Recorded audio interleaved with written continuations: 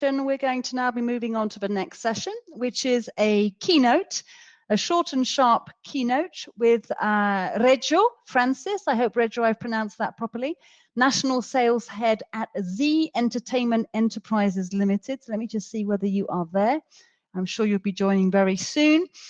Reggie will be talking to us, talking to the topic of COVID-19 impact on people, operations of businesses, change management and leadership during times of uncertainty.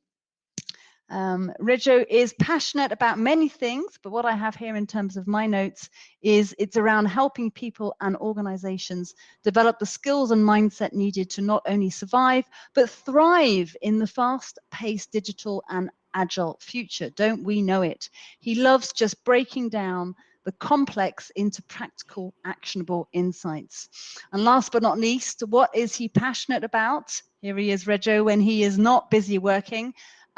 He is a very keen blogger on different business topics and self-help topics, and on a personal side takes an avid interest in fitness and has a secret wish to do voiceovers as a part-time hobby one day. Now, Reggio, I don't want to flatter you here, but actually that's one of my deep secrets. I would love to do voiceovers and mimic accents from all over the world. I'd have so much fun doing that. So a very warm welcome to you, Reggio, as part of this session. Thank you.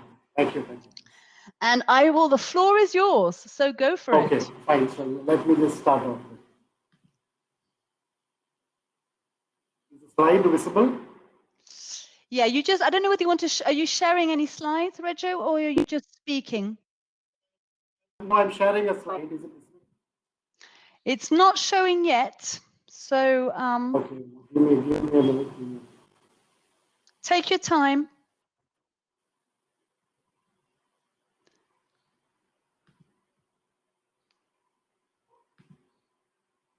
I'll let you focus while you try and sort that out. Yeah, I think it should be on. I think something's coming through. I think it's looking good. Yeah, it's come through, Reggio, so we're good. Yeah. You were able to see the slides? Yes, perfect. Go for it. Okay, great. Okay. So good evening, everybody, and thanks for that nice introduction. Made me smile a bit. So my name is Reggio Francis, like she introduced, and I'll be quickly taking you through the impact of COVID on people, operations, and processes. So before I actually get into the impact part, let me just rewind on what really happened during this 5 or 6 months where we are totally locked down. So like most of the countries, including I come from India, so we had total movements which is restricted for almost 5 to 6 months. And what was happening during this period was all of us were working from homes. And even small things which we used to normally in office, a lot of things which we never used to bother to understand also difficult things to do. And you always have to find workarounds to manage these things. So when these things started happening, you found workarounds every day for new things. There was a lot of confidence and innovation which is happening within the team. And what happens when you work together like a team? There was a lot of personal bonds which were getting formed between at the office and also at the personal level, since you are doing a lot of things very differently from the way you do normally before the lockdown started. We also realized during this period, the value of a lot of small things, things like going for a drive or, just going for a walk, things that we never even thought about in a normal time, but these things became so difficult in those 4 or 5 months where you were actually, confined to your flat or confined to wherever you were staying. And particularly in the initial period, there was a lot of anxiety on safety. What is it that I can do? The kind of helplessness with most of the people. So what I'm trying to highlight here is because we went into a pattern for a period of 5 to 6 months, a lot of habits got formed which were very different from what we normally do. Similarly, if you come to companies, companies survive on rotating their working capital. And what do you do when suddenly, you have a lockdown which comes in and companies never really had any time to prepare for this kind of an emergency. And what also happened is you had two extremes which were happening. You had one extreme, companies like e-commerce companies were flooded with orders and probably they didn't have the infrastructure or the manpower to meet the kind of requirements they were getting in. Or at the other extreme were, airline companies which were kind of, all the flights were grounded and they really didn't know how to, even pay the salaries. So two extremes that we were having. And schools and colleges, everything went online. Most of them are still online today after a year of COVID. So that brought in an entirely new spectrum, something we probably never thought of, how we could have this hybrid of having an actual class and an online thing going on. And a lot of I think organizations like Coursera and all pounced on that opportunity, and they start offering a lot of free courses to a lot of universities. And what also happened during this period was, since a lot of people were saving on commute time, 2 hours, 1.5 hours, 3 hours, depending upon where you stay, people started using this time for learning something new, some kind of how you upgrade yourself. So a lot of people who actually took to online learning and upgrading during this time. There's a lot of deglobalization which happened, countries and states, and forget even small districts were cutting themselves out from their neighbors. And everybody, people who are probably based out of a big city just for work probably shifted to the smaller cities from where they were from, because work from home is what you're doing. You also had a shift towards a lot of socialism where you had vaccines and food kits and all being distributed free of cost or at very subsidized prices. So how have these, all these changes that we went through, how have these actually affected our, consumer habits? First of all, I'll take my own example. For example, till this started, I couldn't even think of doing a review without being face to face, being present there. I would always go travel, sit with the team, and do a review with them. And I remember MS Teams was part of the package of Outlook that we had at office, but I never really used it till the time lockdown came.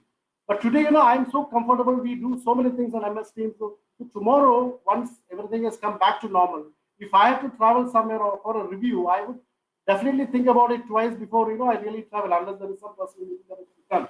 So that has already got built into my habit. I'm sure that is the case with a lot of people. Second, I think, is the wariness of crowds.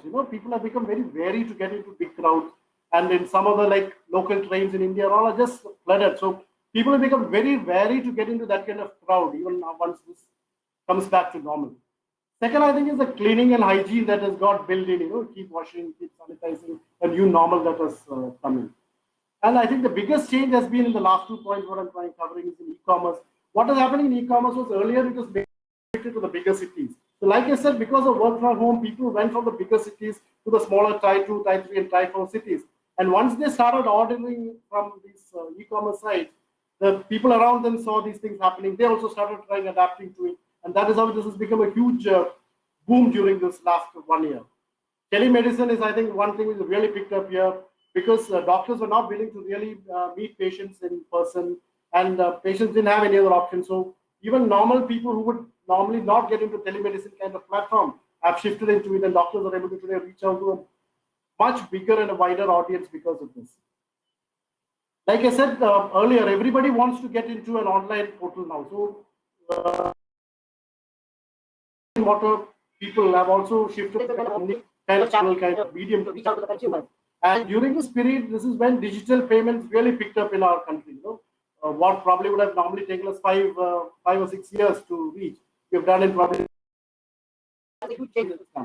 And to build in this customer experience, most of these e-commerce companies have started building in video and voice interfaces, where you can try out things, you can ask for things, that kind of things to improve your shopping experiences. And I think the biggest thing that has happened here is maybe we've all got used to being tracked, like earlier probably Google was doing it unofficially, but today all of us in have some apps which you carry, which are part to just to track whether where you've gone, whom have you met, and if you've run into contact with somebody who has got the disease, it warns you that you are not safe, or you need to test yourself.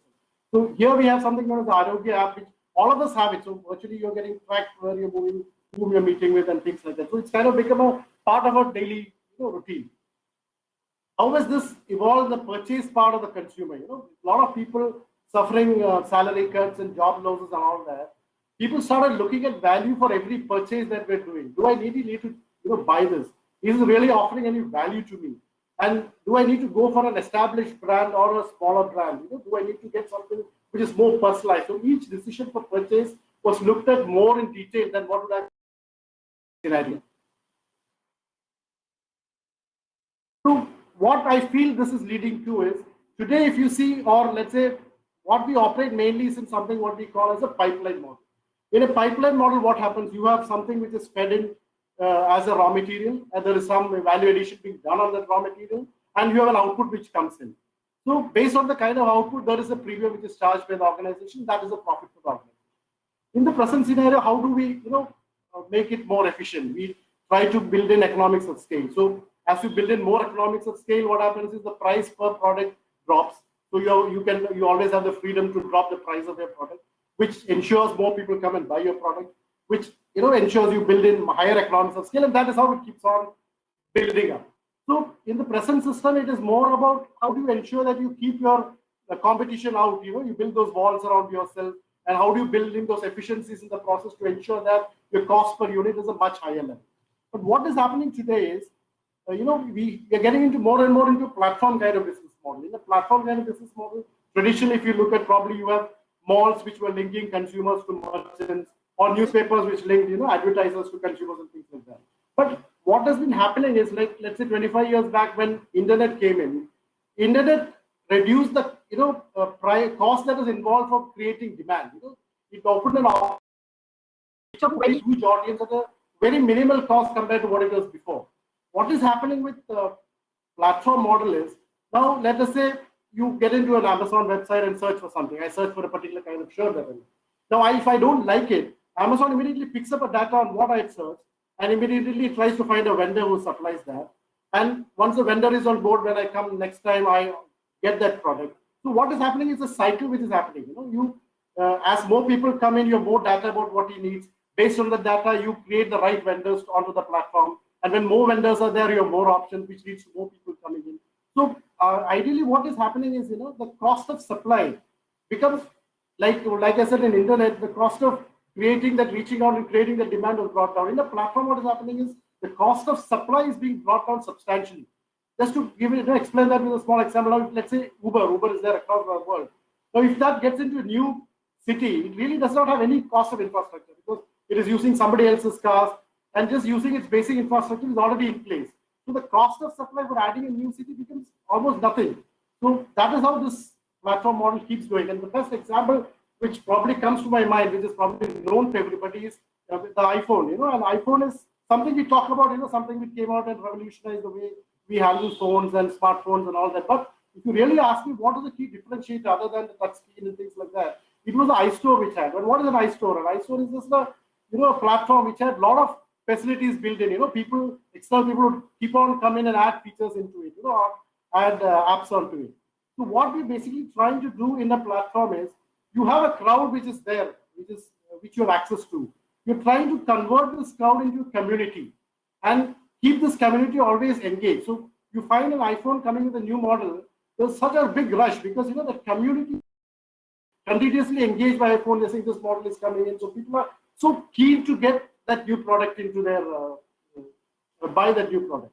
So what this is going to lead to the organization structure perspective is, from traditionally what we have pyramidal kind of structure that is how most organizations are. But because of we are shifting into this kind of a structure, most of the organizations will have to shift where you have a central unit, and then a lot of people are working together to ensure that what the company really wants is being met. Before I really conclude, I just want to bring in this concept also, what we call is from a scarcity to an abundance kind of model. And what immediately came to my mind when I thought about this was, let's say 25 years back when I was in college, we were using cameras which had films. So when you're going on a trip, what we used to try to do is, you would probably have 25, 30 shots you could take in a film. So you would be very careful with the shots you take. You would ensure that it's a good setting, the best location, and then take those shots.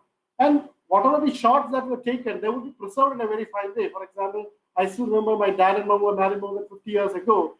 They hardly had 8 or 10 snaps of their wedding, but that is very nicely, pasted in the album and kept very safely. But what do we do today? Today, we keep on shooting whatever we like. We like something, we shoot it. But what happens because of that? We have shifted from a scarcity kind of situation, which was there when the films were there, to an abundance kind of situation where you shoot what you like. But what that leads to is, now today, like say a month back, I was searching for photos for my younger daughter's birthday, and a lot of photos which I had actually saved and kept, I couldn't locate because I wanted to free up space and I had shifted it somewhere. So I really couldn't locate it. So what I'm trying to say is, the requirements that you have, the entire organization has probably been built on a scarcity kind of mindset. The processes, the mindset of people are built on that kind of a thought process. But when you shift in an abundance kind of situation, which is what both organizations or industries are shifting into, that entire processes and mindset on which the organization has been built will have to be changed. Another thing which is actually going to change the way most of us work as organizations is the kind of technologies which are ready to at the tipping point. You have blockchain, you have IoT, you have artificial intelligence, you have big data, so many things. Normally, what used to happen is one of these technologies would come in, they would change the way industry is. Maybe 3-4 years it would run on that, and probably the next technology would come in. Now we have 4 or 5 technologies coming because of what has happened because of the lockdown. All organizations want to be ready. They don't want a repeat of what has happened now. So they are willing to adapt, get these technologies in as of immediately, so that they are prepared for a second eventuality that can come in. Before I conclude, what I want to say is it is not the first time that we have run into a COVID kind of a situation. We about 100 years back, we had the Spanish flu, which had, if I remember correctly, around 4 waves. The first, second, and third wave was in fact much bigger than the first wave. So I'm sure we will have second and a third wave here also. In fact, most of the world is in a second wave right now. In India, we're going through a severe second wave as of now. But the human race has progressed so much that I'm sure we will come out in flying colors of whatever problems that we run into. I'm just sharing my coordinates in case anybody would like to get in touch with. Reggio, that's wonderful. Thank you very much for your analogies as well. Brings a lot of color to some of the key messages you're bringing across. So I think color being the operative word when we're doing photography, right? I liked your photography analogy. A very different question. I'm just curious, you just live in a part of the world that has been particularly hit by the current health crisis. And also just simple numbers of individuals and the differences, in income groups. What is it you are looking forward to most to get back to after this craziness of the last 12 to 15 months? What is it you're looking forward to most? See, what you actually miss, if you ask me what I'm missing is, when you work in when you're working in an office, you have these chit chats which happen. Maybe every 1 hour you have a chit chat, you just go for coffee. You meet on the coffee table and talk for 10 minutes. That is what, if you honestly ask me, that is what we miss. Most of the things that we have to do, we are still managing digitally, virtually. Most of the things keep happening. But that personal touch is not always possible when you connect, digitally or kind of way. So that is what I would really look to. And like I said, those small things, you feel like going for a walk or going for a drive, these are things you just did it, which today is kind of impossible, even now it's impossible. So, yeah. That's so what I personal touch, and also just an element of freedom, I guess, as well. Exactly. There is actually one question come through on the chat, Reggio, if I just may ask you. Please, can you share how your leadership style changed as a result of the pandemic by being remote, virtual, and working from home? So how has your leadership style changed within your environment? Yeah. See, I would put it this way, maybe consciously, because like I said, during the first 1 or 1.5 months, there was a lot of fear among everybody. And most of the day, you would face situations which you would never face before, because you can't really reach out to that person. So I think what has happened is I have started connecting more with people. Now, for example, now in the first 2 or 3, I've kept it for each team, 15 minutes, 20 minutes, 30 minutes, I've kept for each team, where we interact and discuss, and not only official things, but sometimes a lot of personal things also, how people are doing, how the families are doing, how safe are they, and a lot of.